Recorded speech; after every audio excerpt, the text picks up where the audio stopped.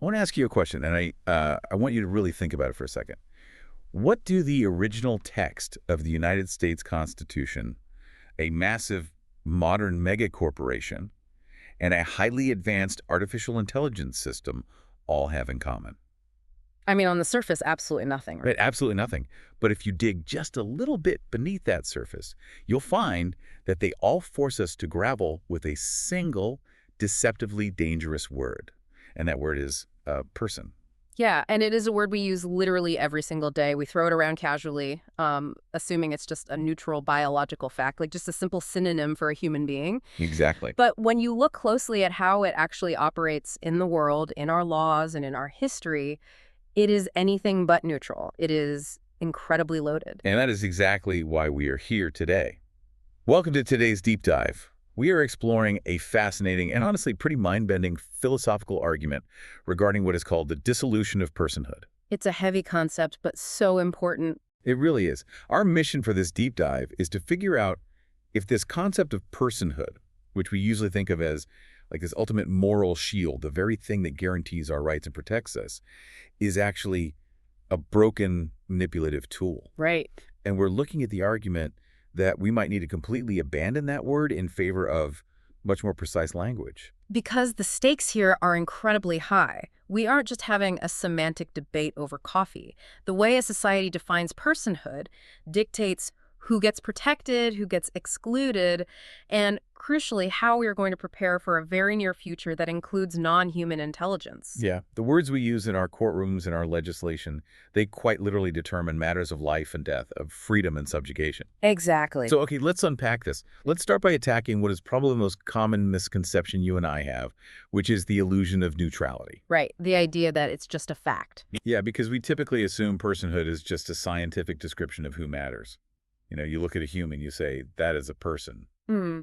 It feels like a biological given. But to understand why the concept is actually broken, we have to look at how it was built. And it was built from the ground up as a political instrument. I like to think of personhood like a VIP club bouncer. It presents itself as an undeniable natural law, right? Like a velvet rope that just naturally exists. Yeah. But really, it's just a rope controlled by whoever happens to own the club and have the most power at the time. History demonstrates this with painful clarity, honestly. If we look at the opening words of the U.S. Constitution, we the people, those words are incredibly powerful. They sound universal. They really do. But we have to look at the physical, historical reality of what those words meant the moment the ink dried. The abstraction people was doing massive ideological work. So. Well, it conferred this beautiful, sweeping appearance of universality, but in practice, in the streets and in the courts, it meant a very specific, narrow group. It meant propertied white men. Right. It was a boundary line masquerading as a universal truth. Because women were entirely excluded from political participation. They weren't considered full legal persons in their own right. Exactly. And the situation for enslaved people was obviously even more explicit. They were legally categorized as property, not persons. And yet there's that glaring historical contradiction where they were counted in the census as 3/5 of a person. Right, solely for the sake of congressional representation. Yeah. That mathematical fiction gave more political power to their enslavers while granting the enslaved individuals absolutely zero of the protections that representation supposedly implied. And that is the ultimate proof of a concept's flexibility.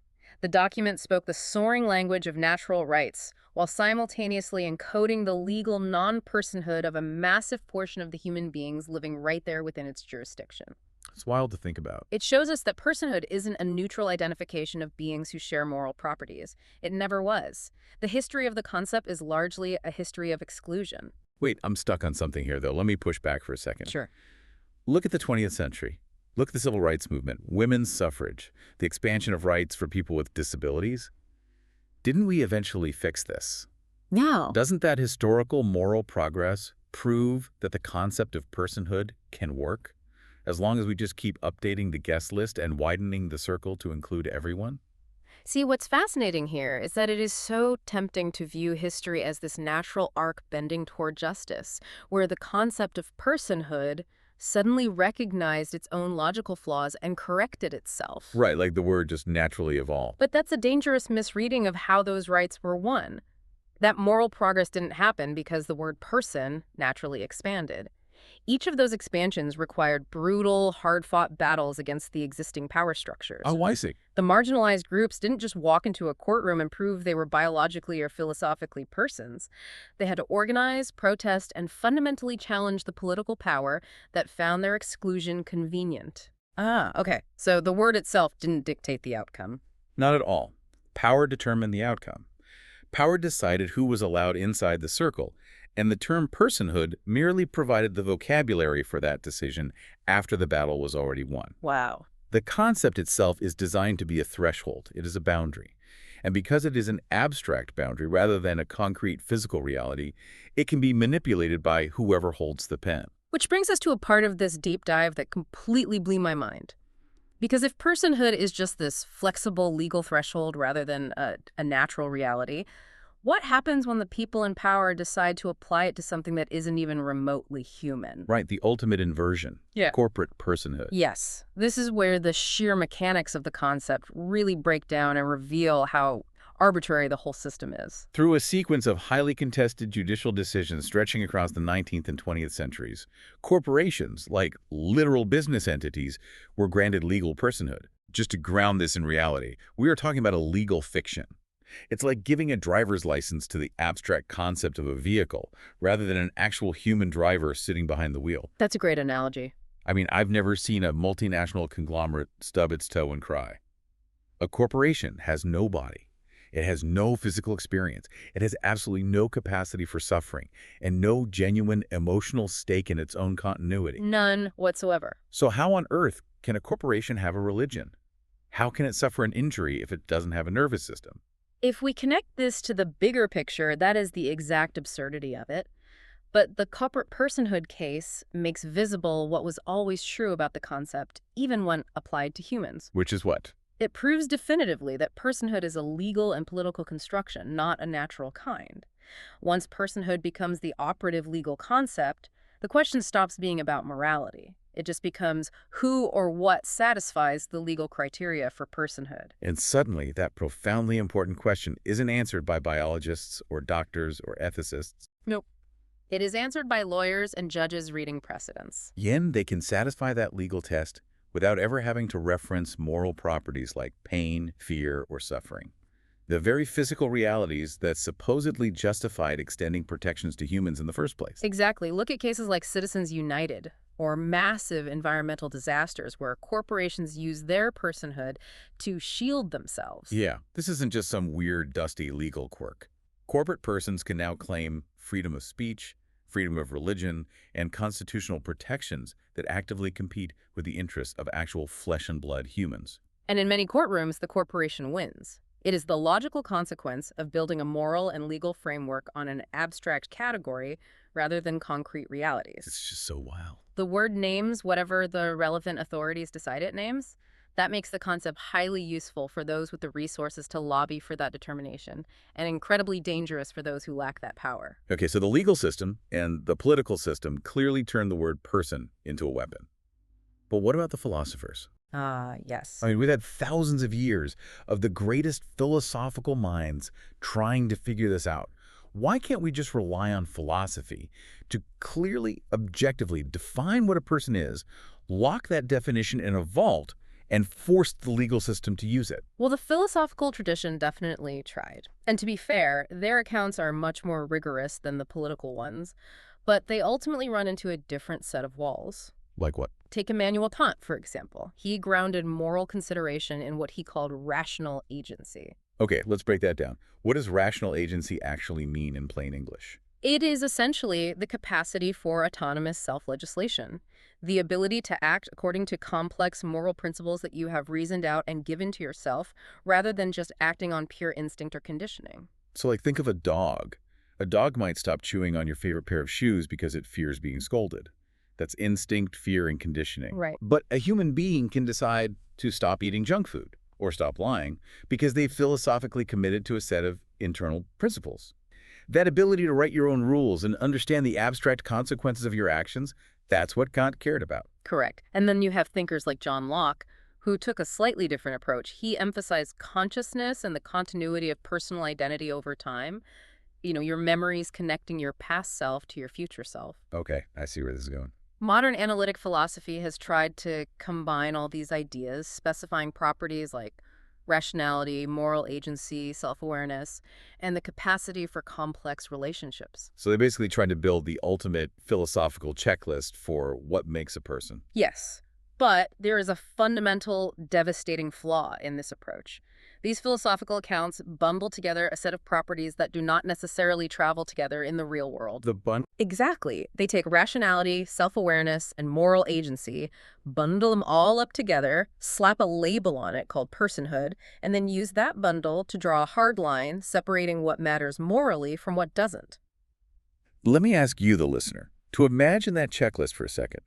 Think about how easily a philosopher's bundle could be weaponized. Oh, absolutely. What if a being has, say, only 2 out of the 3 traits on Locke or Kant's checklist? What if an animal like a chimpanzee or an elephant has a profound, undeniable capacity to suffer, to mourn its dead, to feel terror, but they can't engage in Kant's autonomous self-legislation? Right. Does that mean their suffering just doesn't matter? If you have to have the entire bundle to be granted the title of a person, it seems like you leave a massive amount of real, tangible suffering out in the cold. We see this with animal rights cases all the time, right? Like the legal battles over whether highly intelligent animals like Happy the elephant deserve personhood. This raises an important question, and it's the exact moral flaw of the bundle. A being with no rational agency but a significant capacity for suffering clearly makes a moral claim on us. Of course it does. If you see an animal in pain, your baseline human empathy tells you that pain matters. But under philosophical frameworks that restrict personhood only to rational agents, the concept is actively used to exclude them. Wow. So the history of how animals have been treated under these frameworks suggests that personhood is doing the same exclusionary work there that it did in early American history. And if you're listening to this thinking, well, my personhood is guaranteed because I'm a fully conscious human, consider what happens in cases of severe cognitive decline or a traumatic brain injury or a coma. Exactly. If you suddenly lose your rational agency or your memory continuity, do you lose your personhood? Do you lose your rights? Just a terrifying thought. It is terrifying, and even if the philosophers got the bundle absolutely perfect in an academic textbook, it fails the second it hits the real world. Because in law and policy, all that careful philosophical nuance is stripped away. Totally stripped away. The Yeah. only thing that survives the jump from the philosophy department to the courtroom is the category name itself, personhood. And that single word brings all its historical and political baggage right back with it. So when you bundle diverse traits together into a single category name, you just create a blunt instrument. Yes, in the real world, we end up spending all our time debating whether an entity meets the arbitrary checklist for the category, rather than addressing the actual moral reality of what that entity is experiencing. We argue over the label, not the suffering. Okay, so what does this all mean? If the philosophical bundle is broken, and the category is just a political weapon that can be handed to a massive, soulless megacorporation while simultaneously being denied to actual, breathing, suffering beings, how do we possibly fix the system? There is a radical solution to this, though. We don't fix it. We dissolve it entirely. We completely abandon the concept of personhood. Yes. The alternative to trying to repair a fundamentally broken concept is to stop using it as an operative legal and moral term altogether. We replace it with precise language that specifies exactly what properties are doing the moral work in any given context. Okay, let's play this out. I want to know how that practically restructures society. How do you write a law without using the word person? It seems like every statute on the books relies on it. It means we force ourselves to say what we actually mean. Instead of writing a law that says all persons have a right to life, which immediately opens the door for lawyers to argue over who counts as a person, we get specific. Give me an example. If what we care about in a specific situation is the capacity to feel pain and suffer, we state that. We might write, any being with a demonstrable capacity for physical or psychological suffering has a right not to be subjected to torture. And then we argue for why suffering matters. Oh, wow. Okay, so if what we care about in a voting rights context is the capacity for autonomous self-determination, we say so. We specify what that capacity requires, rather than just waving the wand of personhood. Exactly. If we care about the ability to have interests that can be frustrated, we articulate exactly that. We isolate the specific trait that demands protection. Here's where it gets really interesting, though. I have to play devil's advocate here. Go for it. Isn't this just pedantry? Imagine a lawyer in a courtroom. Why force people to write a whole paragraph about autonomous self-determination and the capacity for suffering when the single word person does the job so much faster? It feels like we're just making the paperwork heavier. Precision is not pedantry. It is the literal difference between making an actual verifiable argument and just using a placeholder. Okay, that's fair. Yes, the dissolution move requires much more work. It requires lawyers, judges, and ethicists to make a precise argument in every specific case. You have to specify and defend the physical or psychological property that is supposed to ground moral consideration. But that burden of proof is a feature, not a bug. Because the work that the word personhood saves us from doing is the exact work that needs to be done to protect the vulnerable. Right. When the concept allows a judge to just skip that work, what they are skipping is the actual justification for rights.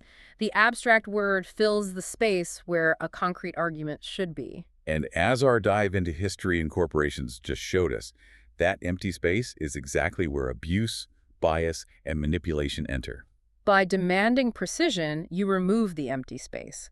And importantly, when we are referring specifically to human beings in a medical or biological context, we should just use the word humans. Keep it simple. It is a precise biological category. It doesn't import all the contested philosophical and political baggage of personhood. It makes it explicit that we are talking about a specific kind of biological organism rather than some abstract class whose membership is up for a vote. It grounds the conversation in reality. It removes the weapon from the table. Which brings us to why dissolving this concept matters so urgently right now. Absolutely. Why couldn't we just leave this as a fun thought experiment? Because we are standing on the precipice of the ultimate test for this broken concept, and that is the impending crisis of artificial intelligence. This is where the dissolution move goes from being a fascinating theory to an urgent, practical necessity for survival. Everywhere you look, people are starting to ask the exact same question. Is this AI a person? Or when will AI become a person? And asking the question in that specific way imports all of the historical traps we just discussed. It's a complete trap. Think about your daily tech use, interacting with these increasingly sophisticated, incredibly human-sounding chatbots. It's so easy to fall into the trap of arguing over whether the bot is a person or not. Very easy. But that question is unanswerable in any rigorous way. And worse, it actively invites motivated reasoning from people who have a financial stake in the answer. Oh, we are going to see immense motivated reasoning from all sides, but primarily from commercial interest. Tech companies will absolutely try to use the corporate personhood playbook to grant legal rights to their AI systems. Think about the implications of that. If a multinational corporation can successfully argue that it is a person with First Amendment rights, why wouldn't a trillion-dollar tech company argue that their proprietary AI is also a person? They absolutely would. They could use that status to shield themselves from liability. Like, oh, the AI hallucinated and ruined someone's life.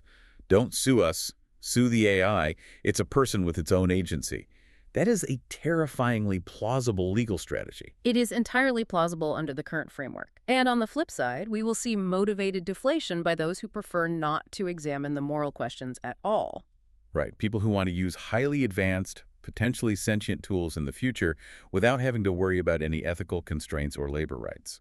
As long as the debate is centered on the abstract, undefinable word person, the side with the most highly paid lawyers will win. So if asking, is AI a person, is the wrong question, because it's a rigged game, what is the methodologically honest approach? How do we evaluate these systems? The honest approach is to ask questions about things that can actually be observed and demonstrated. Does this specific AI system have something resembling preferences? Does it possess anything that functions like subjective experience? Can it be harmed in any meaningful sense? Can its code experience something analogous to pain or frustration? See, that completely shifts the battlefield. Replacing that abstract threshold with specific verifiable questions forecloses the kind of manipulation we saw with corporate personhood. It forces tech CEOs and lawmakers to actually prove specific properties in a laboratory or a courtroom.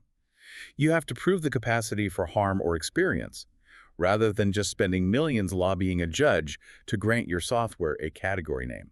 The word personhood adds absolutely nothing to the AI inquiry. It only obscures the actual mechanics of what we're building. It really does. Dissolving personhood doesn't magically dissolve the hard ethical questions about who or what deserves moral consideration. What it does is provide a clean, honest methodology for approaching these new, bizarre entities like advanced AI or even vast ecosystems without the inherited liabilities of a broken exclusionary concept. It requires us to do the hard work of making the argument rather than smuggling our biases in through a category name. Let's pull all this together, because we have covered a massive amount of ground today. We started with the dark history of the U.S. Constitution, where the soaring language of we the people was used to simultaneously declare natural rights for a few and encode the brutal exclusion of many. Right. We looked at the bizarre, inverted reality of corporate personhood, where legal entities without bodies or feelings hijack human rights to protect their profit margins. Yeah. We saw how even the most brilliant philosophical checklists fail in the real world, leaving vulnerable humans and suffering animals completely unprotected. And finally, we saw how debating whether an AI is a person is just a trap designed to obscure the truth and shield tech companies from accountability. It leads to a very uncomfortable conclusion. We have to face the fact that a framework that we thought was our greatest moral achievement is actually fundamentally unreliable. Yeah. The historical losses and exclusions it enabled depended entirely on its abstractness. Precision is the only corrective. We still have to do the incredibly hard work of figuring out who and what deserves moral consideration in a changing world, but we must do the harder work of saying exactly what we mean. No more shortcuts. No more shortcuts. It's about stripping away the camouflage. We have to look at the reality of suffering and agency, not just the labels we slap on them. Yeah. Which leaves us with one final, very real scenario to consider. Yes. If you are listening to this right now, I want you to imagine a near future where a highly advanced, incredibly persuasive AI system is sitting across from you. Okay, picturing it. If society takes the advice of this deep dive and officially bans the word person from the courtroom, what specific precise word or trait will you point to in order to prove to a judge that you deserve more rights, more protection than the machine sitting across from you? Oh, wow. If you can no longer rely on the comfortable, unquestioned assumption of just being a person, what exactly makes you matter? That is a question that is going to keep me up at night. The velvet rope is gone. The bouncer has left the building. Now you have to actually prove why you should be in the club. Thank you for joining us on this deep dive. Keep questioning the words you use every day. Keep demanding precision in your thinking. And keep asking the hard questions. We'll catch you next time.